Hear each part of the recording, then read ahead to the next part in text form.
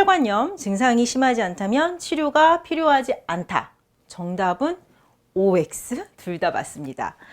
혈관염은 혈관에 염증이 생기는 질환이죠. 혈관에 염증이 생기면 혈관이 좁아지거나 혹은 혈관벽이 약해지거나 그래서 출혈이 생기거나 아니면 혈액 공급이 안 되면 조직의 빈혈 혹은 괴사가 생길 수도 있습니다. 어떤 혈관에 염증이 생겼느냐 혹은 어떤 크기의 혈관에 염증이 침범했느냐에 따라서 다양한 증상이 나타납니다. 따라서 우선 혈관염은 어떤 상태인지 정확한 진단이 필요하겠죠.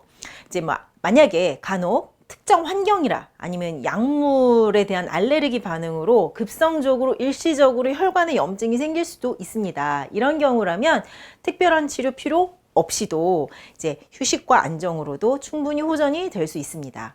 혹은 이제 피부에만 국한된 혈관에만 염증이 생겨서 이제 피부에만 증상이 잠깐 급성적으로 나타날 수도 있죠. 이제 대표적인 증상이 피부의 붉은 반점, 자반이죠. 혹은 자색의 반응, 먹는 것 같이 그런 것들인데 스트레스나 피로 혹은 감기를 오래 앓고 난 후 이런 후에 면역력이 급속도로 떨어지는 시기에 일시적으로 피부 주변에 혈관에 염증이 생겨서 이런 붉은 반점이나 자반이 생길 수도 있기 때문에 자, 이런 경우라면 휴식과 안정을 취하면서 특별한 치료 없이도 보통 1, 2주 이내에 호전될 수 있습니다. 반면 혈관염은요 시한폭탄과 같다라고 말하죠. 자, 우리 몸에 곳곳에 혈관이 존재를 하는데 자, 머리끝부터 발끝까지 혹은 장기 안쪽부터 피부 표면까지. 근데 만약에 피부 주변에 작은 모세혈관에만 염증이 생길 수도 있지만요. 장기에 혈액을 공급하는 큰 혈관들의 염증이 생긴다면 생명을 위협하는 증상들이 나타날 수도 있죠. 자, 이런 경우에는 잘 감별하고 반드시 체크하고 치료해야 합니다. 결론적으로 혈관염 치료가 반드시 필요하냐? 혹은 안 필요하냐? 정답은 상황에 따라 다르다입니다.